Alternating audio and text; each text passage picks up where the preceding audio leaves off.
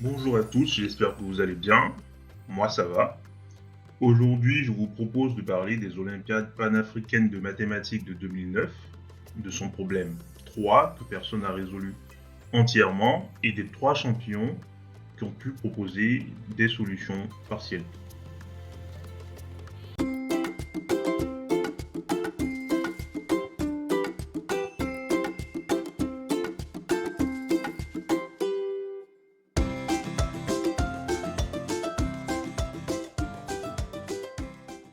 Les Olympiades panafricaines de mathématiques, en abrégé OPAM de 2009, se sont déroulées dans la magnifique ville de Pretoria, en Afrique du Sud.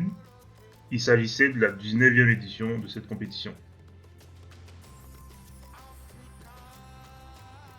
Au classement par équipe, sur la première marche du podium, on retrouve la Côte d'Ivoire avec une médaille d'or, l'Afrique du Sud avec une médaille d'argent, et enfin le Nigeria avec la médaille de bronze. En ce qui concerne le problème 3 de cette édition, tous les candidats ont eu 0, sauf les 3 candidats que sont Sean Wenzel, candidat non officiel de l'équipe sud-africaine qui a obtenu 6 points sur 7, Isaac Conan, candidat de l'équipe de Côte d'Ivoire qui a obtenu 4 points sur 7, et enfin Martial Ahi, candidat également de l'équipe de Côte d'Ivoire qui a obtenu 2 points sur 7. Il s'agit de 3 candidats dont je suis très admiratif et qui ont eu un très beau palmarès aux Olympiades. Sean Wenzel a été médaillé de bronze aux Olympiades internationales de mathématiques en 2010 et médaillé d'argent aux Olympiades internationales de mathématiques en 2011. Il faut noter que Sean Wenzel a également été 2 fois médaillé de bronze aux Olympiades internationales d'informatique. Isaac Conan, quant à lui, est détenteur de 3 médailles olympiques. Médaillé d'or à cette édition de 2009 des OPAM en Afrique du Sud, il a obtenu ensuite une médaille d'or aux Olympiades africaines en 2010 à Yamoussoukro et une médaille d'argent aux Olympiades internationales de mathématiques en 2010 au Kazakhstan. Aïe Martial a été 2 fois médaillé aux Olympiades.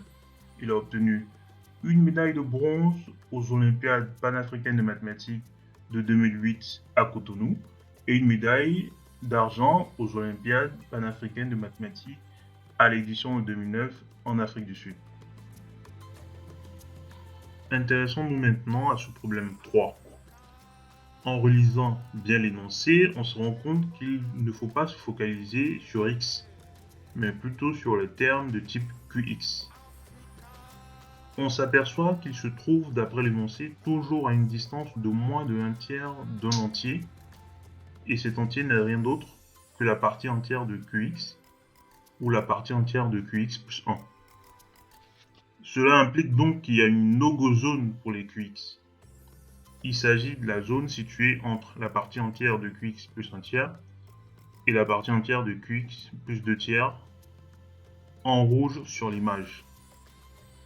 Si qx venait à se retrouver dans cette zone, alors il n'existerait aucun entier à une distance de moins de 1/3 de qx, ce qui serait absurde selon les données de l'énoncé.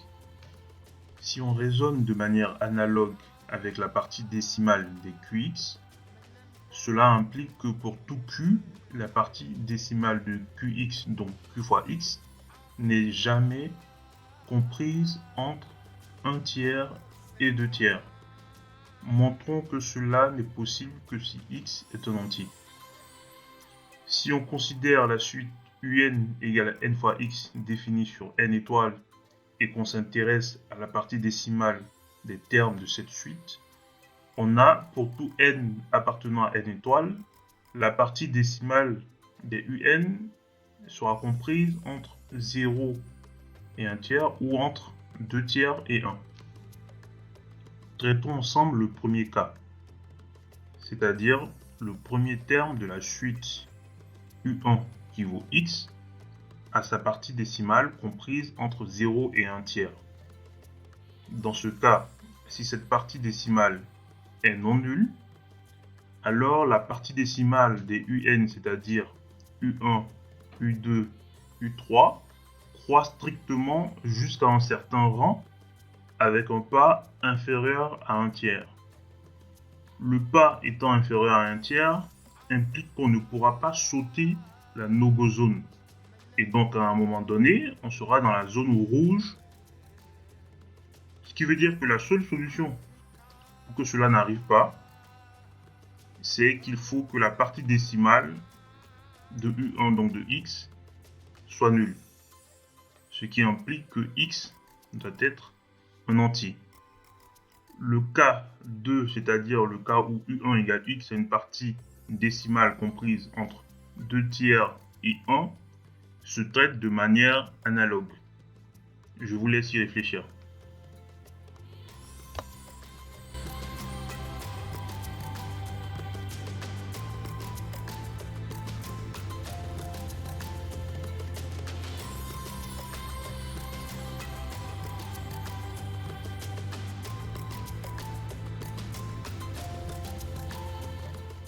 Voilà, on est à la fin de cette vidéo. Je vous remercie de l'avoir regardée. J'espère que vous avez aimé. Laissez un pouce si c'est le cas. Abonnez-vous, cliquez sur la cloche de notification pour être alerté des prochaines vidéos. Je vous invite également à nous retrouver sur Facebook. À très bientôt sur Kwaku School.